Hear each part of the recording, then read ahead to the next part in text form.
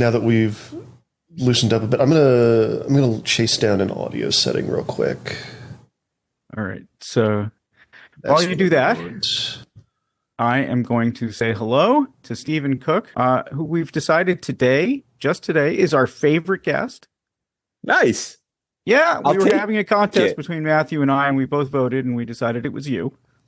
That's good because I got a text message from an old girlfriend not long ago today who said that my wife must be a saint. So balancing it out, I'm your guy's favorite. Clearly, my old girlfriend does not feel the same way. Yeah, don't talk to either of my ex-wives. So, well, thanks for coming on. Just to, oh boy, things are bad. Yeah. Oh, Well, oh Let boy, me okay. boy, Let boy. me.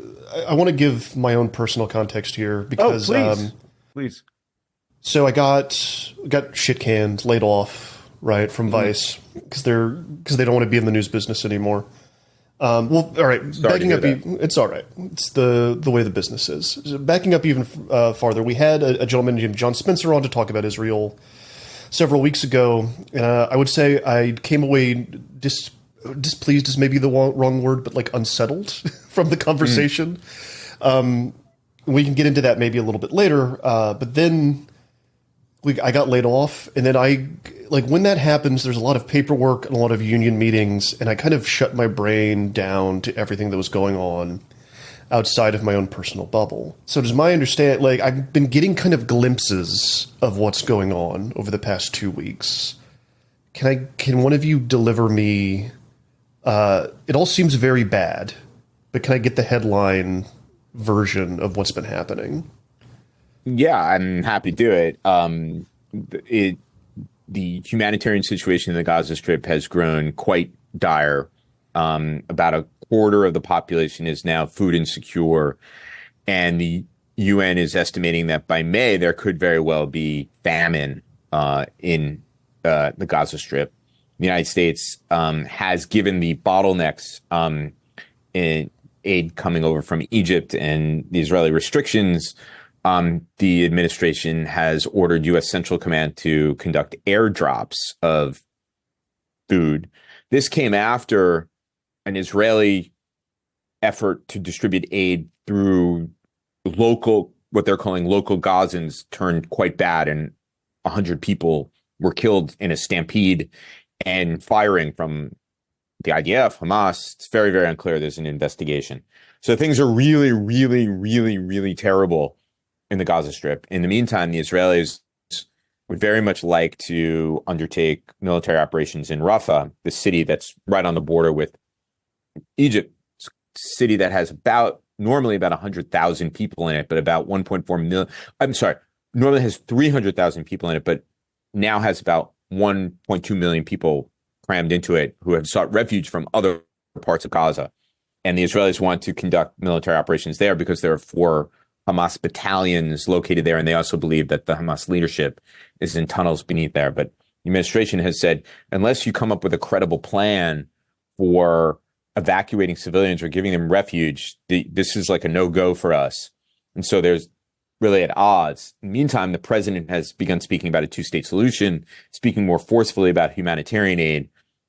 The Israeli government has turned around and offered their own day after plans, which do not include a two-state solution, in fact, the way in which the administration is talking about the day after and beyond doesn't seem to meet at any point with the Israeli position, which is permanent security control over the Gaza Strip.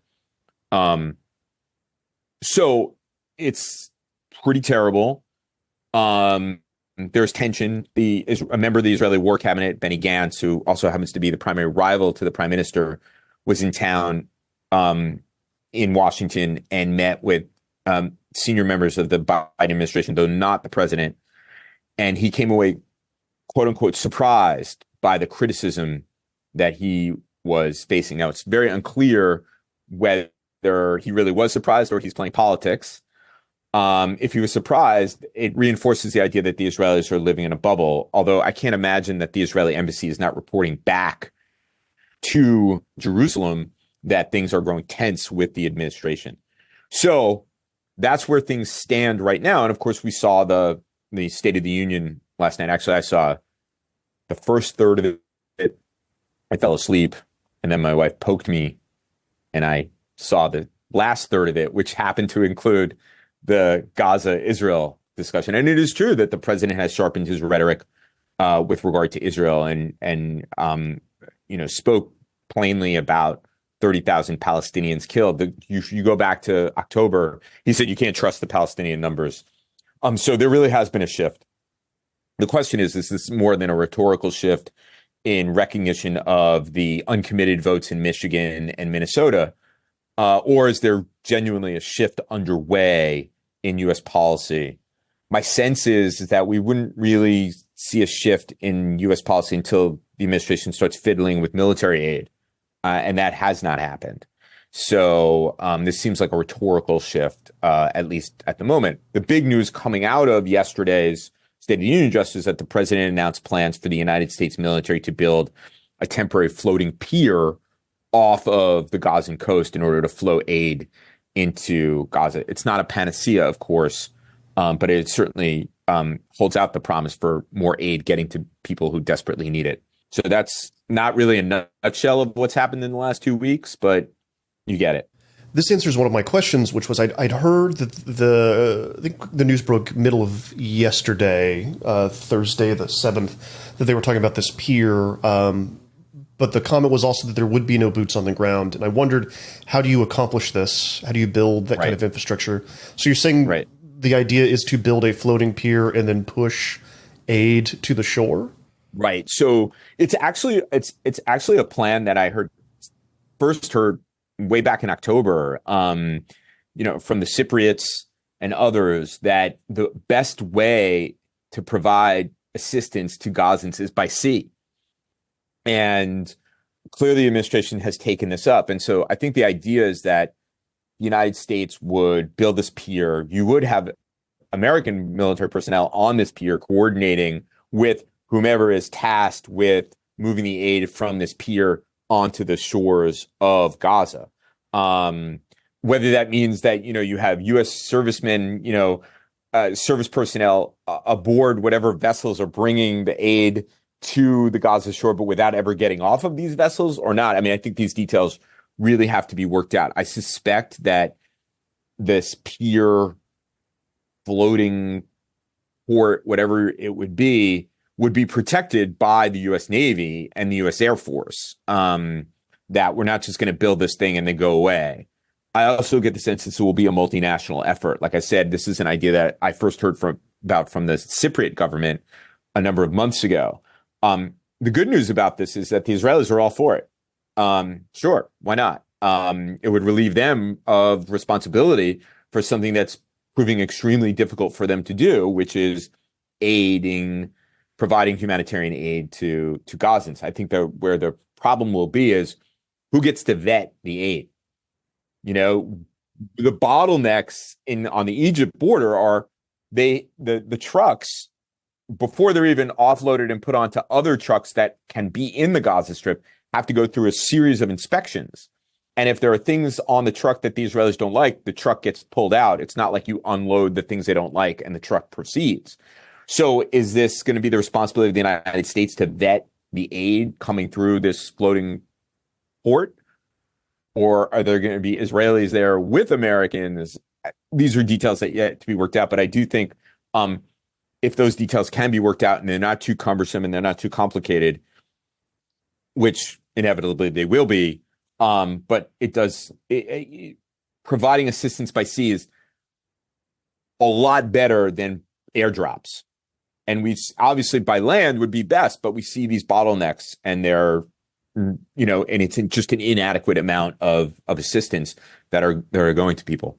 I actually heard a horrible report that with dropping the supplies, at least in one case, the parachute didn't deploy and people on the ground were actually killed by the supplies being dropped. It's inefficient. You can't do a lot and it's dangerous, especially if there aren't people on the ground to coordinate it. So these things drop. In this case, the parachute didn't deploy. It dropped on people. But when they do, people are desperate And one of the worst things in the world to see are these, pictures of people who are like desperate for food. People can get killed, get hurt in the process of trying to get food. I just want to say, for my own personal experience, and also because of things I've said on the show, it's attitudes of American Jews, I think, are also shifting to a certain extent. People who were full on, whatever happens in Gaza stays in Gaza, and anything it takes to get rid of Hamas. Actually, hearing people now want ceasefires for humanitarian reasons, who before would never have considered it even a month ago.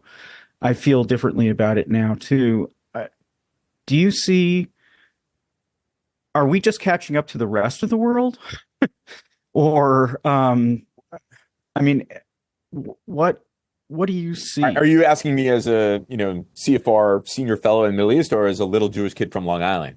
Well, as a little Jewish kid from Manhattan, I mean, whatever you like, but I mean, I'm just sort of wondering what you think. I mean, I think I wouldn't want to paint a extraordinarily diverse community in a broad brush. I think that there was obviously, like in Israel, a rally around the flag, and the attacks on October 7th really had a profound impact on American Jews as well, given the nature of these attacks, the numbers of people killed, the way they were conducted. I think really shook people to the core. I do think there was a certain amount of kind of willful not understanding, not willing to understand what was to come, which was that the Israelis believing that they're in an existential struggle, and the fact that Hamas hides among civilians, that large numbers of civilians were going to be killed, and there was going to be this tremendous amount of suffering.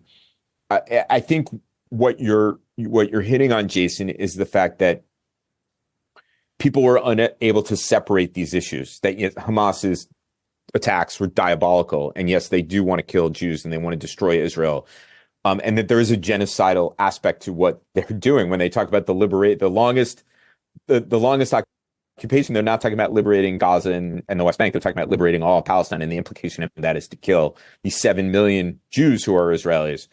So, but you do have to compartmentalize, and there are hundreds of thousands, 1.5 million, 2 million Palestinians in Gaza who are innocent and who are caught in this crossfire and desperately suffering. I mean, we now have actually more than anecdotal evidence that Gazans are not only blaming Israel for their suffering, but they're blaming Hamas for bringing this on them. I think you would have to be, and I think that's one of the things that people have commented on. I think that's one of the things that you're responding to, is that have Israelis and world Jewry that support Israel's operations in the Gaza Strip, have they lost their humanity in the process of this effort to root out those who would do Jews great harm?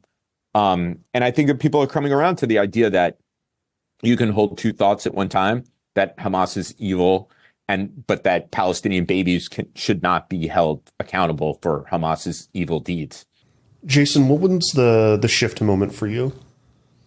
It hasn't actually been all that quick. I think that, sort of deferring to relatives in Israel to start off with, they were the ones who were attacked, and to get out ahead and call for a ceasefire or any other, prescription for the situation there seemed inappropriate. I mean, that, people there had a different view of things. And, but it's when you start hearing about starvation, honestly, more than anything else. And you start seeing it too, right? Yeah. A lot of the pictures have been absolutely harrowing.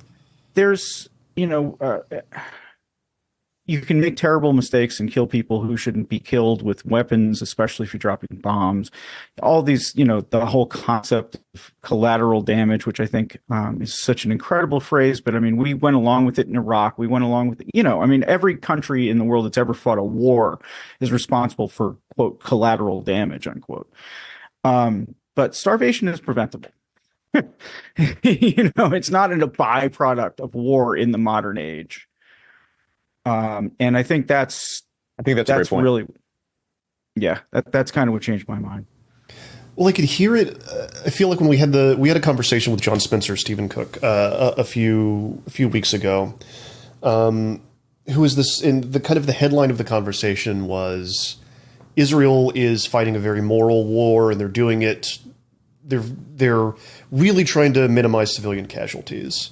And Jason, I could hear like in your voice and in the way that you were asking some of the questions about him that you maybe didn't quite buy everything that he was talking about. The one that stuck out in my mind specifically was he's like, before they attack a building and they go in for Hamas, they call everybody in the building and tell them to leave.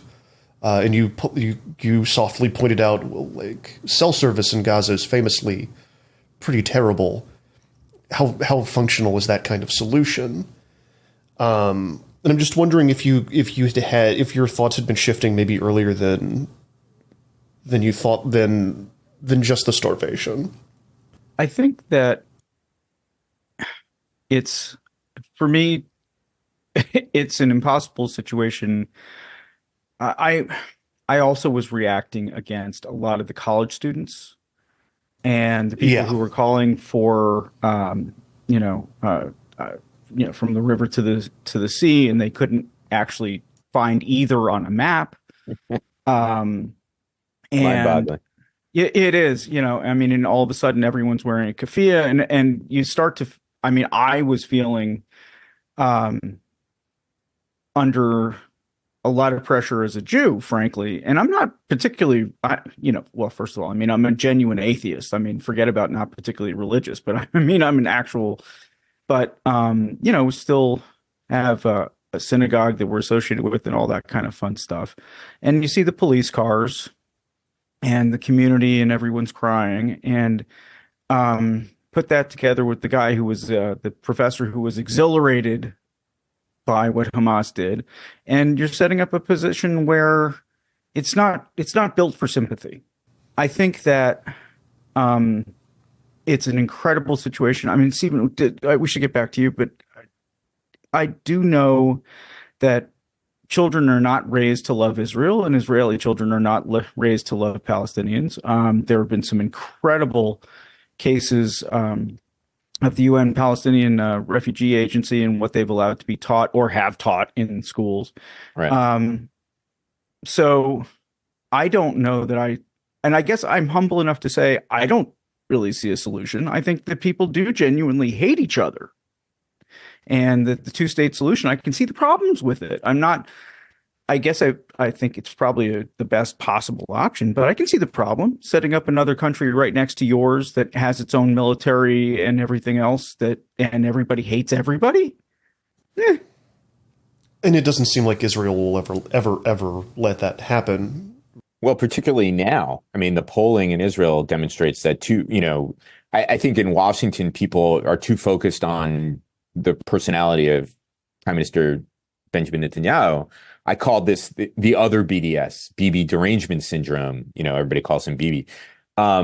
Because, and what I've had to point out over and over again is that 2/3 of the Israeli public in polling demonstrates that, they are opposed to a two-state solution. This is a hardening of views after October 7th.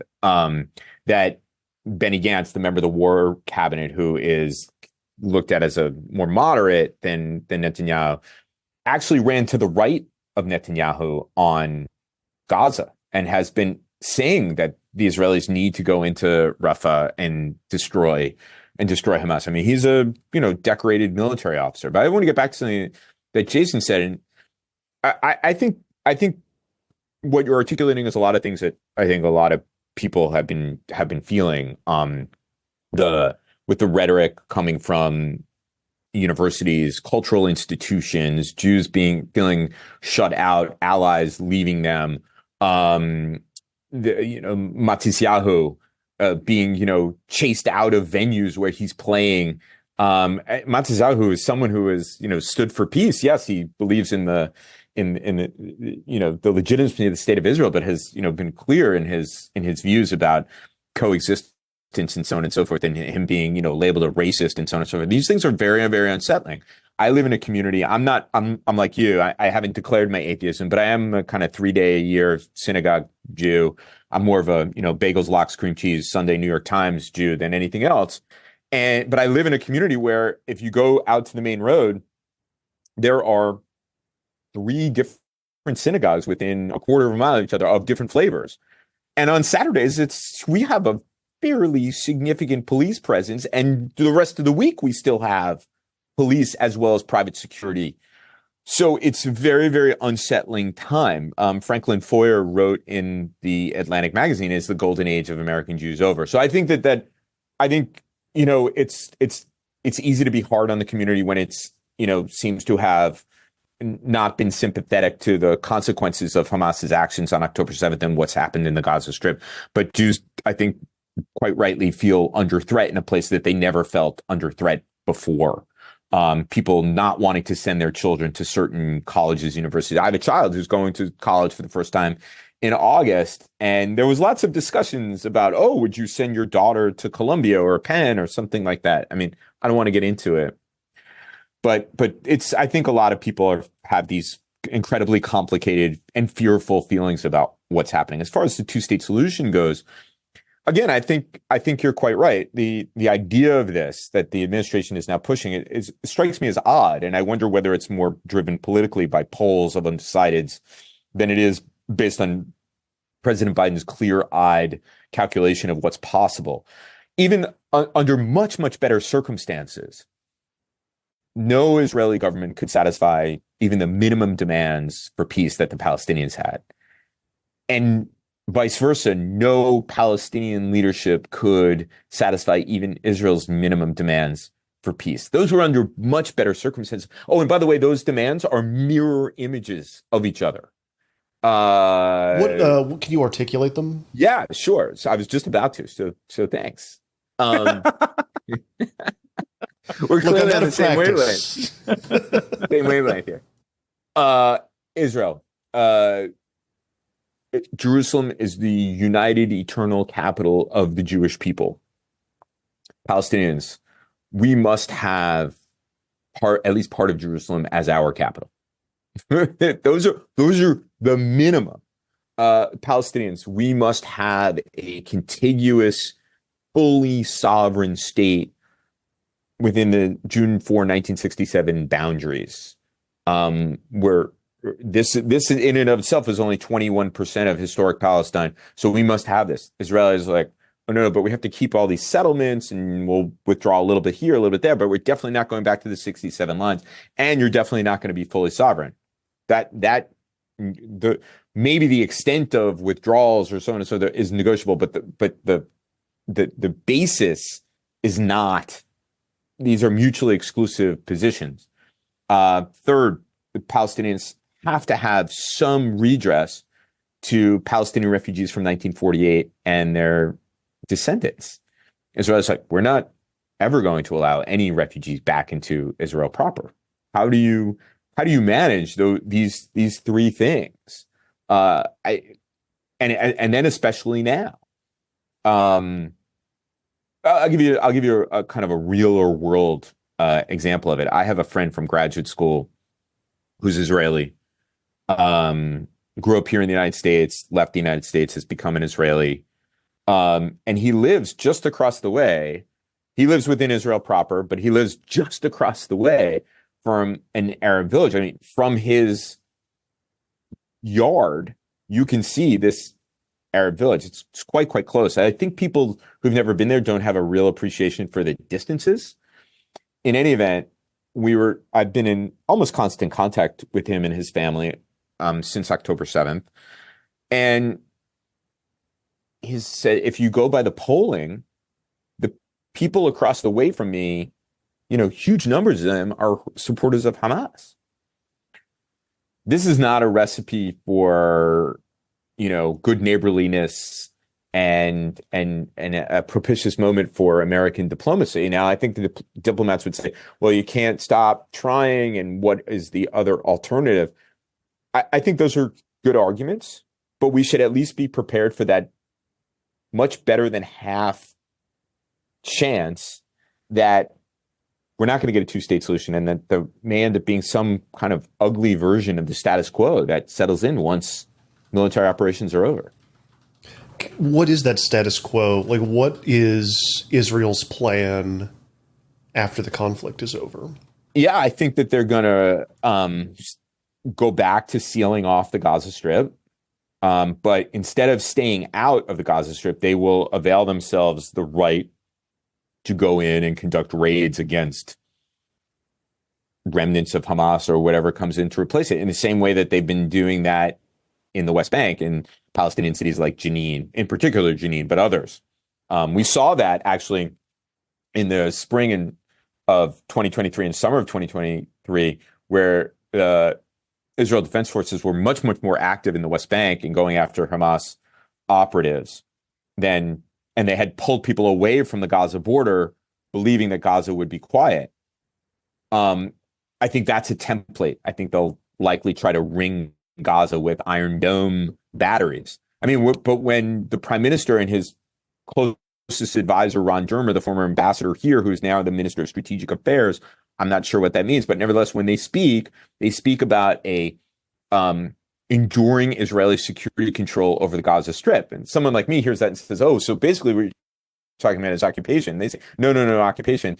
Because when they say occupation, they think settlements. But there's also like a significant number of people to the right. You've heard about this kind of religious right coalition partners. They're talking about resettling the Gaza Strip. Now, this is important. This is not necessarily a fringe. That part of the right, which, by the way, also includes less extreme elements, have a better argument about security now than they did when, for example, Israel withdrew from the Gaza Strip in 2005. They were the ones who said, Avigdor Lieberman, who leads this party called Yisrael Beiteinu, who's not part of the coalition and who had a terrible falling out with Netanyahu in 2018.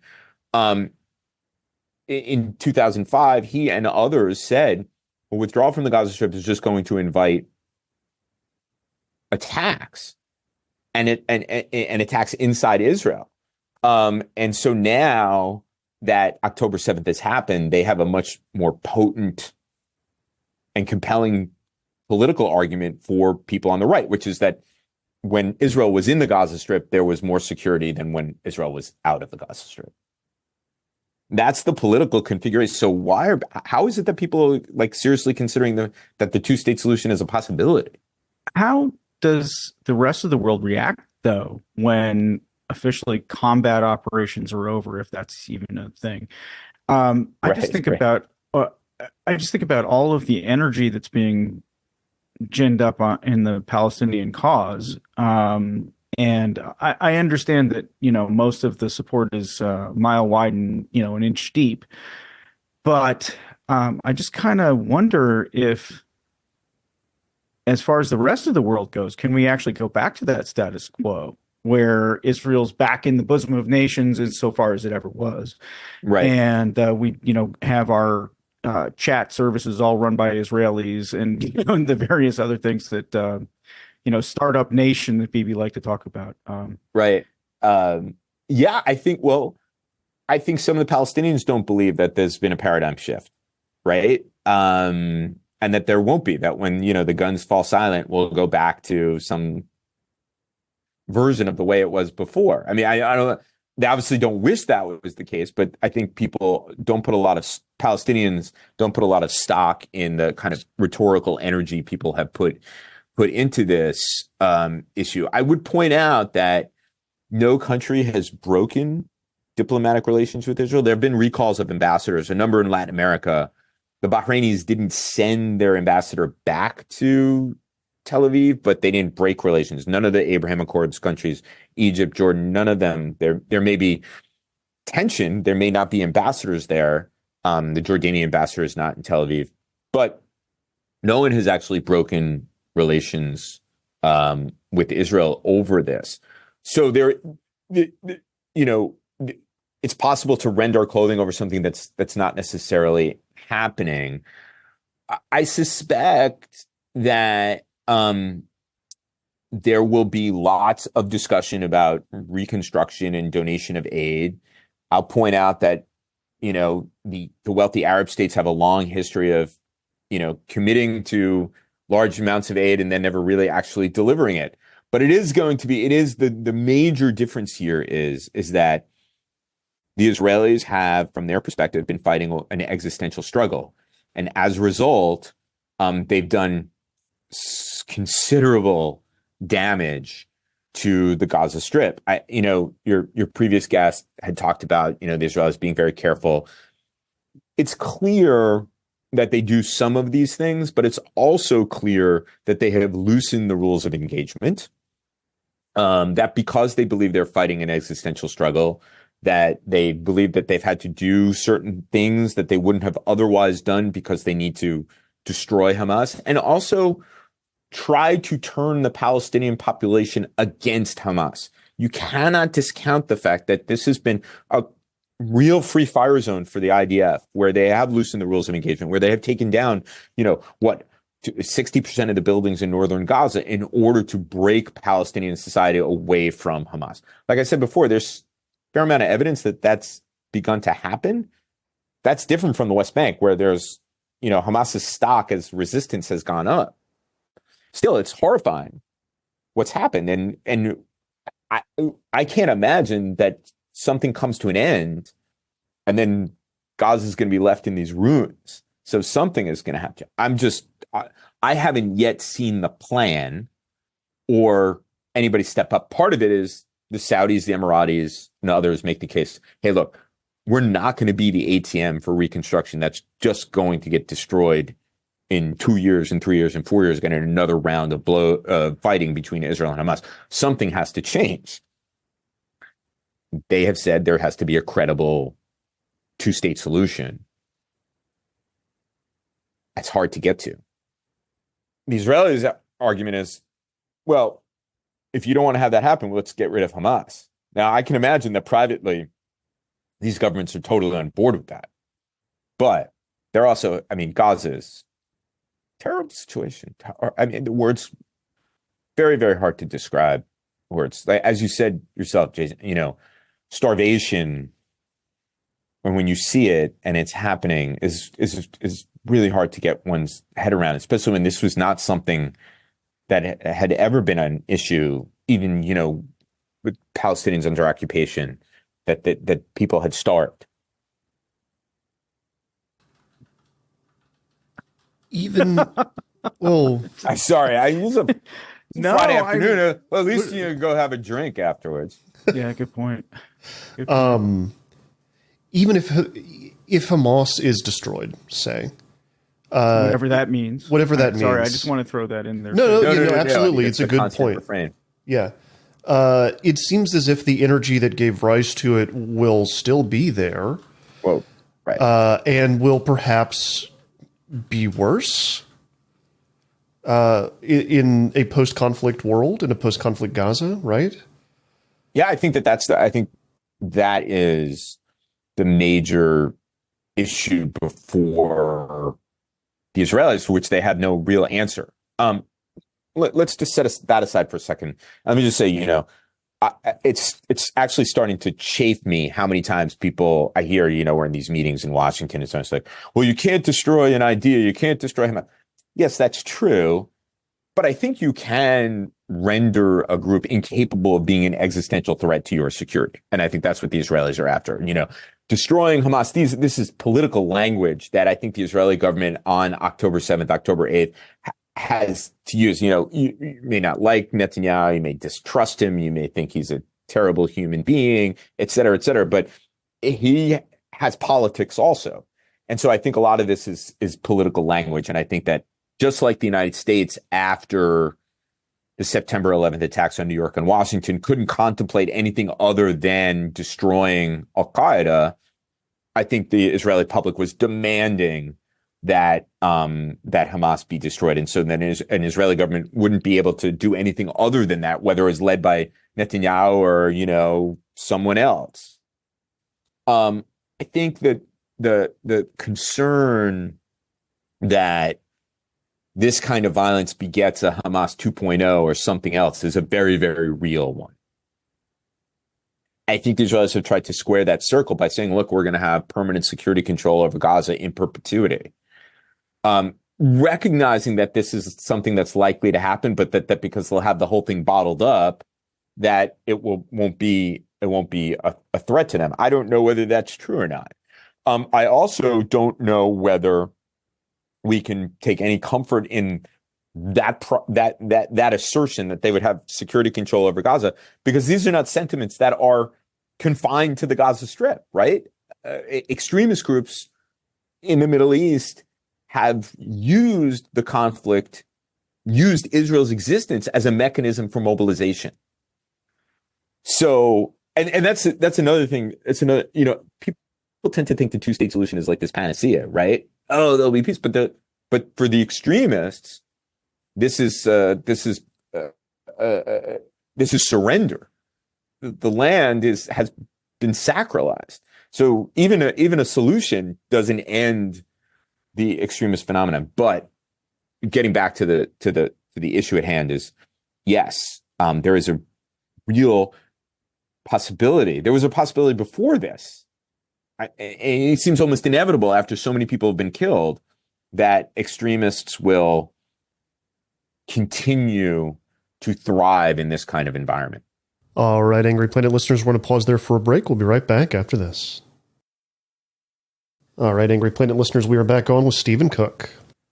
I have a really cold, calculating question. And I've wondered now for a while if the only reason why Israel still exists, I mean, I was brought up to think of it as being in existence in a sea of its enemies, which, considering some of the wars and stuff like that, you could see it that way, right? Does Israel just exist because it has nuclear weapons? Is that the only reason why that no one is actually just cleaning things out from the river to the sea? I mean, is that why there is this? I mean, I think the logic behind Israel's security doctrine is, the kind of overwhelming technological superiority of the IDF keeps the peace, right? And the United States has helped ensure that through what's called the qualitative military edge, QME in Washington speak, which really was was enshrined in law in 2008, but was something that since the October 1973 war, the U.S. has sort of pursued this policy of QME. At the same time, I think that the unrelenting hostility of the states around it is a little bit more nuanced than that. We know the Jordanians had relations with the Israelis. Obviously, Egypt and Israel have been at peace for, more than 40 years, and there were feelers even before Sadat's trip to Jerusalem. There's never been, or rarely, I guess, before the Syrian uprising and civil war, there were never incursions across the ceasefire line on the Golan Heights. And that's not because the Assad regime liked the Israelis, but the Israelis were keeping the peace by dint of their overwhelming superiority. The Gulf states have had under the table relations with the Israelis. I give you a funny story. In 2022, I ran into former Israeli defense minister and health minister in Dubai. And I had met him once before, and we were in the same room. And I said, "Oh, it's nice to meet you again," and so on and so forth. I said, "We're making chit chat," and I said, "Is this your first trip to Dubai?" And he looked at me like I was insane, and he said, "This is my 33rd trip to Dubai." And so, and people forget that Qatar was the first country to open an Israeli trade office in a capital outside Egypt and Jordan that had made peace. So, Netanyahu a number of years ago popped up on Omani television because he was in Muscat. So, Mohammed bin Salman, the Crown Prince of Saudi Arabia, has this Vision 2030 for Saudi Arabia. It demands kind of regional integration. And so the Saudis have, been exploring, and through all of this fighting have continued to express an interest in normalization of relations with Israel. So I think it's a combination of things. I think the thing that, I heard from people in the Gulf is that one of the things that's making life more difficult is that, for a generation, this was not, probably less than a generation, but for a long period of time, this issue was not front and center And so the process of normalization and preparing populations for normalization would have been easier. But now we have this war that people are seeing every day in a number of different mediums, and it's making it harder. So it's really realpolitik has been at work for decades. Yeah, and I neglected to mention the Iran factor. That all of these countries perceive Iran as a threat, and it drives them together. Mm-hmm. Why does Iran, by the way, have this special place in its dark little heart for Israel? It wasn't always the case, actually. Under the Shah, Israel and Iran had open relations. The Iranians supplied Israel with a lot of oil during that period. They had a common enemy in the Arabs. The Iranian revolutionaries, the clerics, were hostile to Israel, and Israel is also a means through which they can play in the politics of the region and advance their own interests, put their neighbors on the defensive in an effort to advance their influence and their power in the region. Otherwise, they would be isolated. So they have this axis of resistance that they've developed over these years. Pardon me, that helps them sow chaos throughout the region, which makes them this incredibly important factor. It seems like it's less the nuclear weapons, Jason, and more that the authoritarian regimes in the region kind of like the Israelis. They do. Yeah, absolutely. They find common cause with them. There's common cause, and you always need something for the fanatics within your ranks to strive to defeat that is not you, so they don't look inside, right? I'm not sure the Emiratis are directing fanatics in their midst outward. I think, the Emiratis, the Bahrainis, the Moroccans have seen economic advantage to the relationship with Israel. That certainly the Saudis emphasize that very much. And then there's the security cooperation. Of course, after October 7th, I have to say, they have to wonder whether they were signed up with whether the image of the Israelis matched the reality. I would say probably Israelis have, extraordinary capabilities. They were asleep at the switch on October 7th. They didn't listen to the young women who were spotters on the border of Gaza who kept saying, something big is coming. But that is the subject for an internal investigation in Israel. I think we should talk. If you have any other questions about Israel, that would be great. But I also want to make sure that before we let Stephen go, that we talk about, actually, he's got a new book coming out soon. We were talking before we started recording a little bit about it and the troubles with getting any book to press and some of the fun that goes into it. But I just want to make sure that we get a chance to talk about The End of Ambition, which is not a bad title. Here are the galleys. I have them in electronic form, but I'm so old school, I printed them out because I was like, I got to touch something because I haven't seen it yet. Here it is. It'll be out on June 3rd. It is a look at, the subtitle it's called The End of Ambition. And the subtitle is America's Past, Present, and Future in the Middle East. And what the question it asks is, we were once very successful in the Middle East by our own, setting our own goals. We wasn't always pretty. There were costs to it, but what we set out to do, we did. How did it get so bad?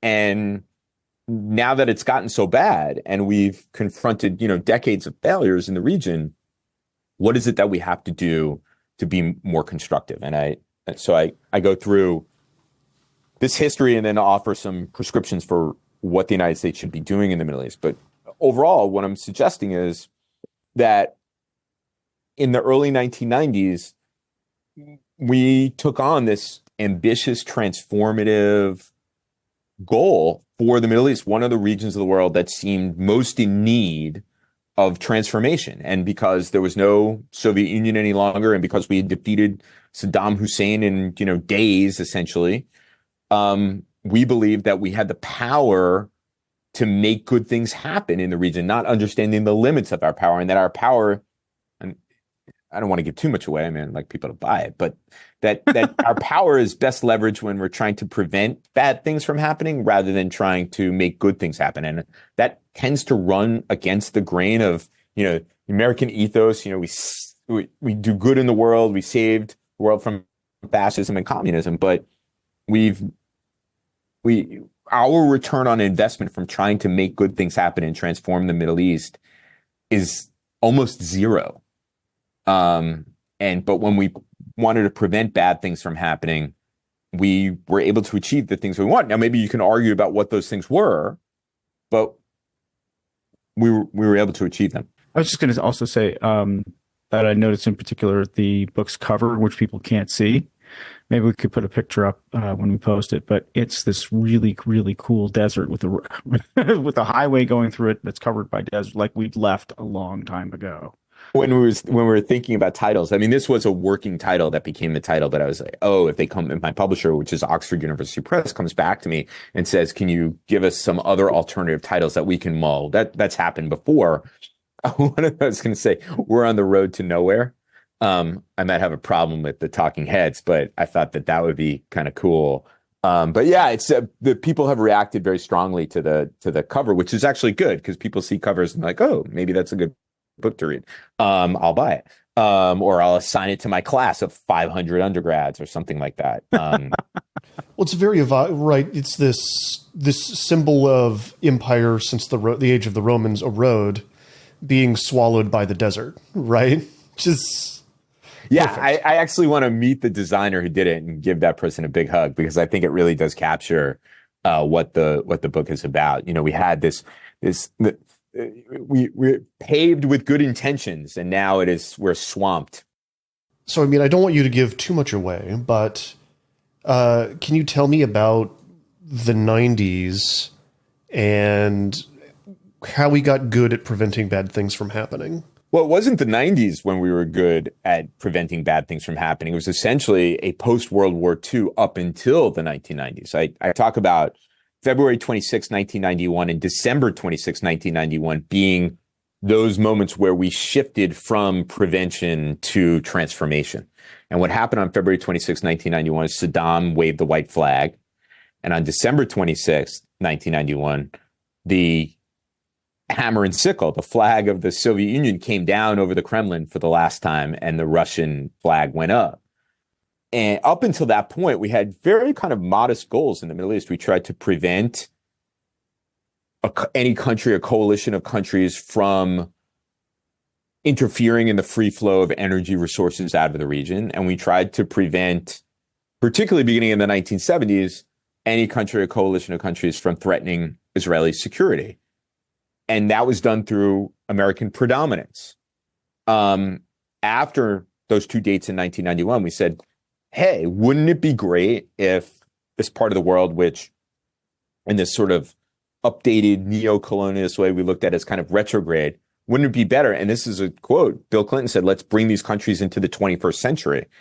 And for the Clinton administration, it was transformation through the peace process, that if there was a settlement of the Arab-Israeli conflict, the rationale for the big national security states of the region would wither away, and there would be this democratic transformation, which was, you can sort of admire the sequencing, the elegance of the sequencing, but it did not actually grasp the reason for these big national security states, which were really domestic, not had anything to do with Israel.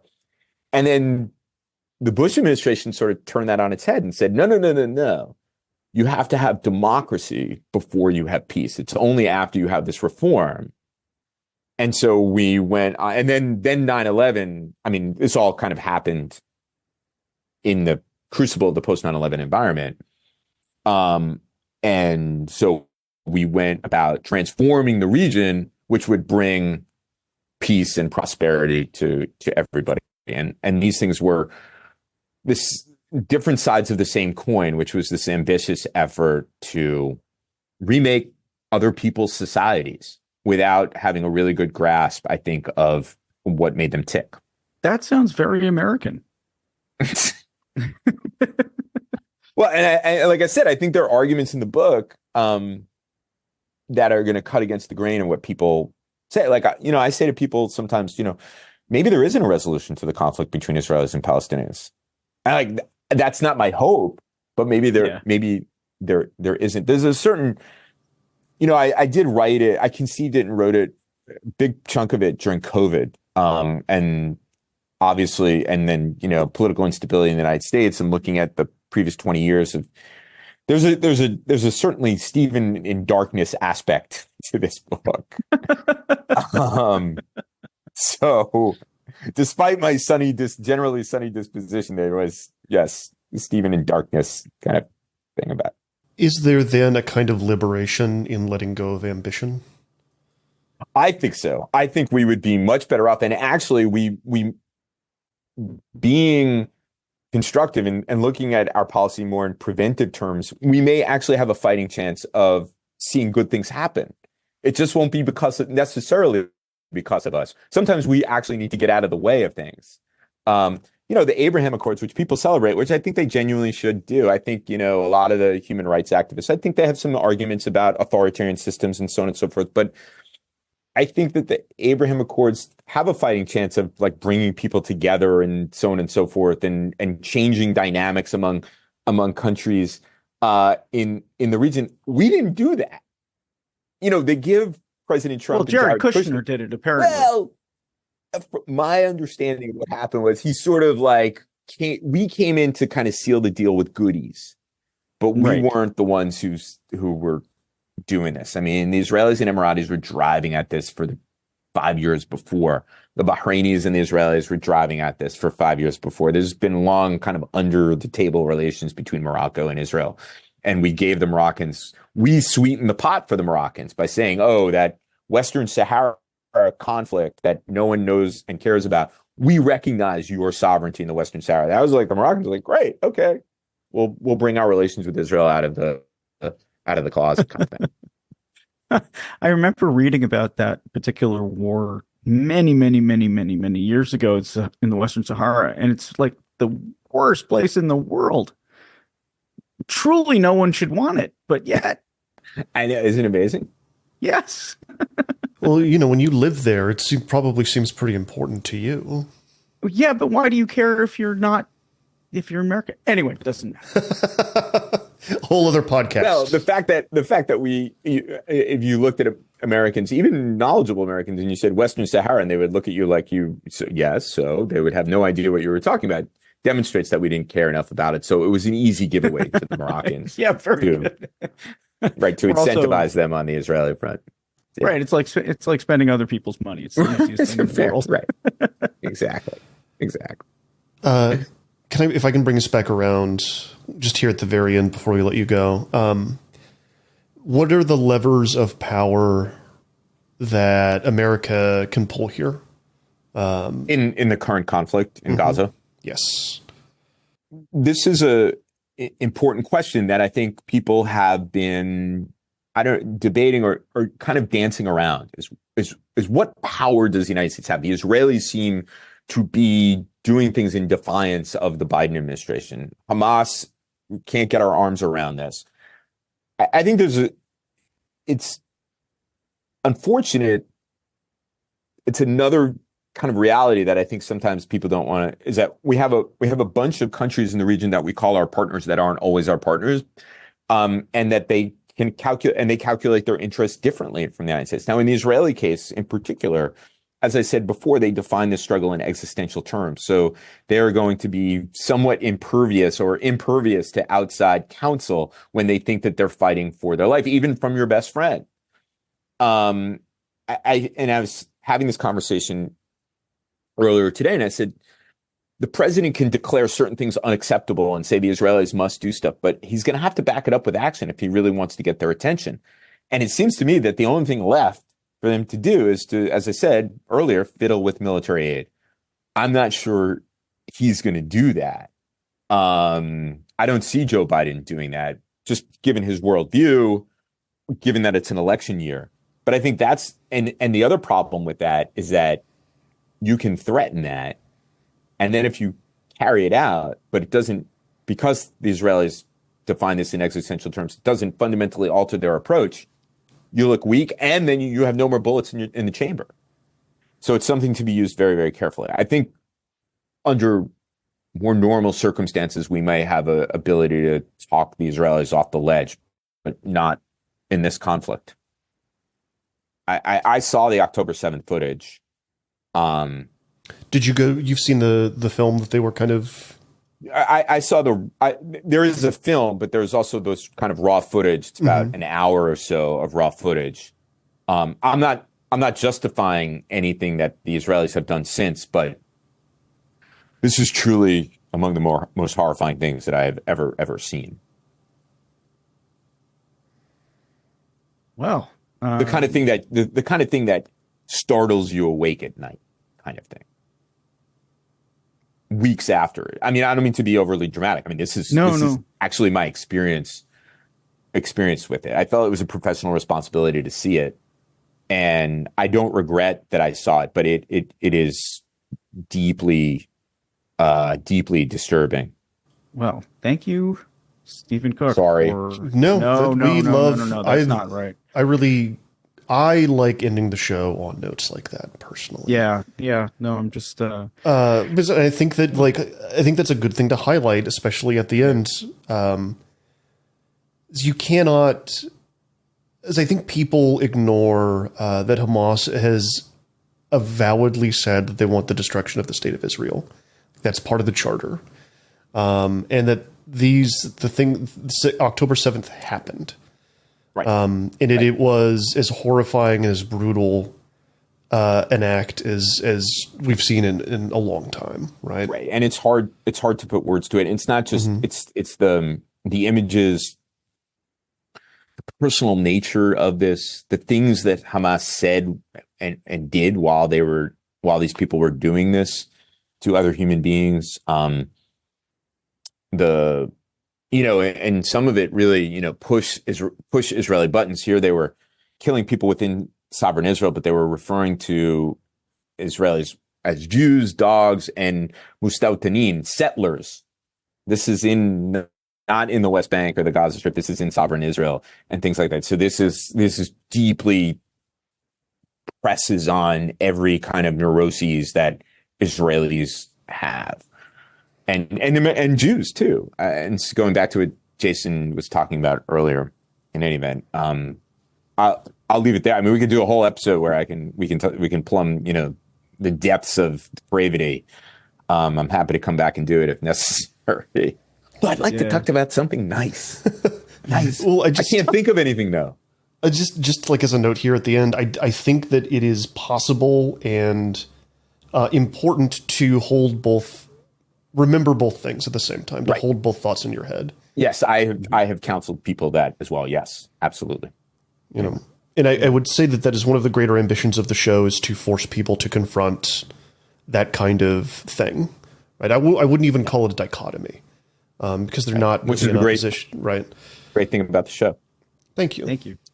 Anyway, it was a pleasure to talk to you guys. Yeah, it's absolutely really wonderful. Thank you. It's always interesting and fun. And hopefully we'll do it again soon. Yeah, absolutely. Well, you got a book coming out, so Yeah, so we'll definitely be doing it again soon. Right. We're gonna need copies of that book, by the way. Yeah, you guys are on the list. Perfect. You're on the list. Good. That'd be very good. All right. Thank you again. Thanks. Cheers, guys. Be well. Bye.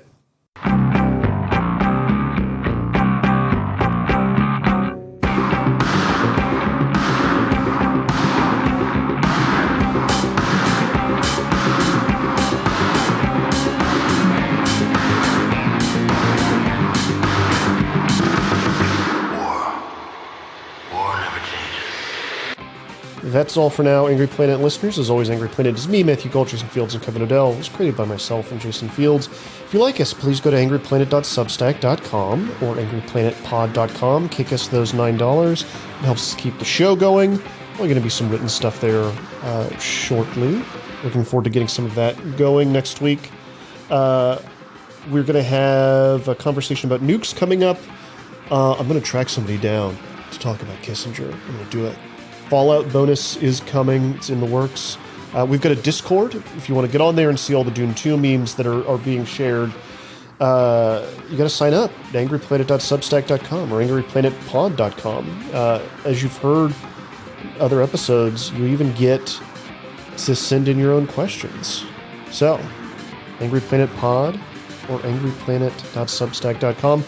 We will be back next week with another conversation about conflict on an angry planet. Stay safe until then.